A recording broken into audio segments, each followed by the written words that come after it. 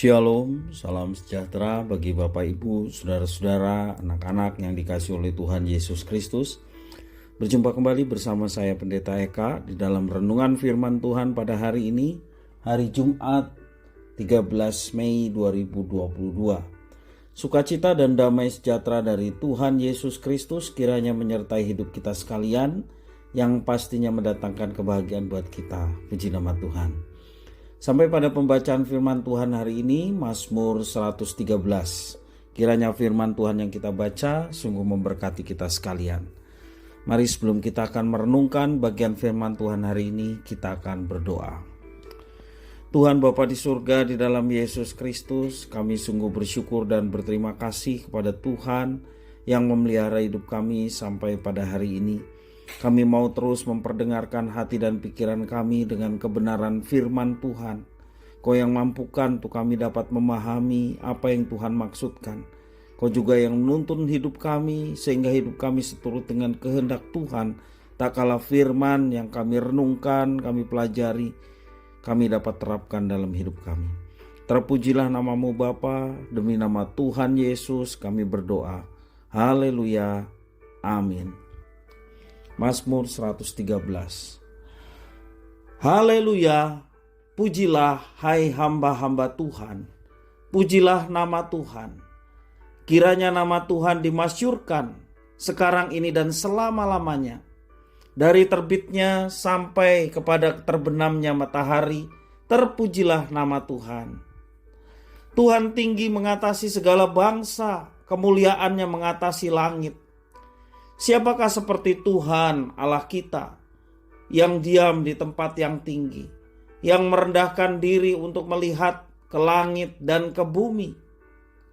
Ia menegakkan orang yang hina dari dalam debu dan mengangkat orang miskin dari lumpur, untuk mendudukan dia bersama-sama dengan para bangsawan, bersama-sama dengan para bangsawan bangsanya. Ia mendudukan perempuan yang mandul di rumah sebagai ibu anak-anak, penuh sukacita. Haleluya.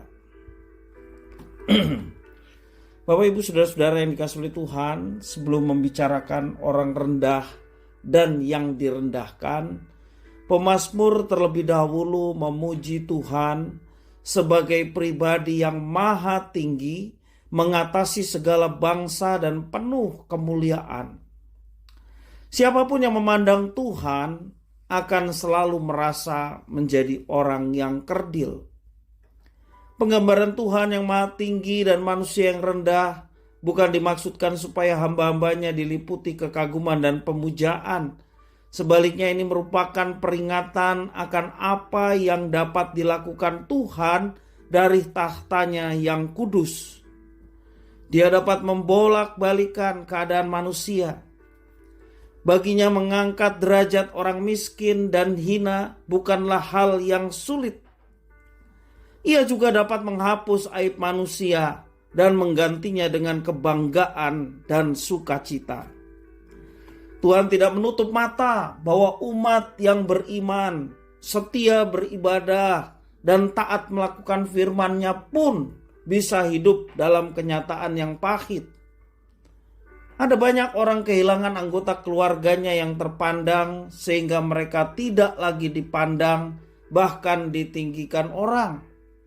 Ada juga yang jatuh miskin karena menjadi korban kecurangan, curangan bisnis, juga karena ketidakadilan maupun kepentingan para penguasa.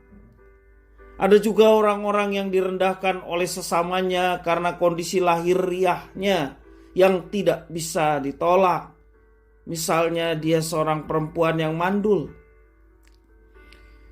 Pemazmur menguatkan bahwa Tuhan bukan saja memperhitungkan ibadah dan ketaatan kita, tetapi juga memperhatikan hidup kita setiap hari. Marilah kita mengimani bahwa pengakuan akan Tuhan yang maha tinggi bukan sekedar ungkapan pemujaan, melainkan juga pengingat bahwa Dia, yakni Tuhan, sanggup mengangkat kita dari segala kerendahan, dari segala kehinaan, bahkan keterpurukan, juga kehancuran dalam kehidupan. Tuhan yang maha tinggi. Dia sanggup mengangkat kita yang dianggap rendah. Bapak Ibu saudara-saudara yang dikasihi oleh Tuhan, Dia menginginkan kita hidup sederajat dengan sesama sekalipun jalan hidup kita berbeda.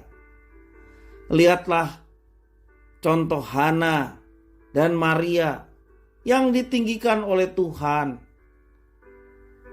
Bagaimana Hana yang disebut mandul, pada akhirnya Tuhan mendengar doanya dan Hana boleh mendapatkan anak. Dan anaknya dipersembahkan kepada Tuhan menjadi seorang hambanya, yakni Samuel. Demikian juga Maria, Bunda Yesus. Ia ditinggikan, diberi kasih karunia dan dapat mengandung juru selamat manusia, yakni Yesus. Apa yang direndahkan oleh manusia ketika orang itu hidup dalam ketaatan, dalam kedekatan dengan Tuhan yang sungguh-sungguh, maka Tuhan yang akan mengangkat segala derajatnya sesuai dengan waktu dan rencana kehendaknya. Ada kalanya Tuhan meninggikan kita melalui peristiwa-peristiwa yang ajaib. Karena itu marilah kita sadari dan kita akui bahwa tidak ada yang mustahil bagi Tuhan.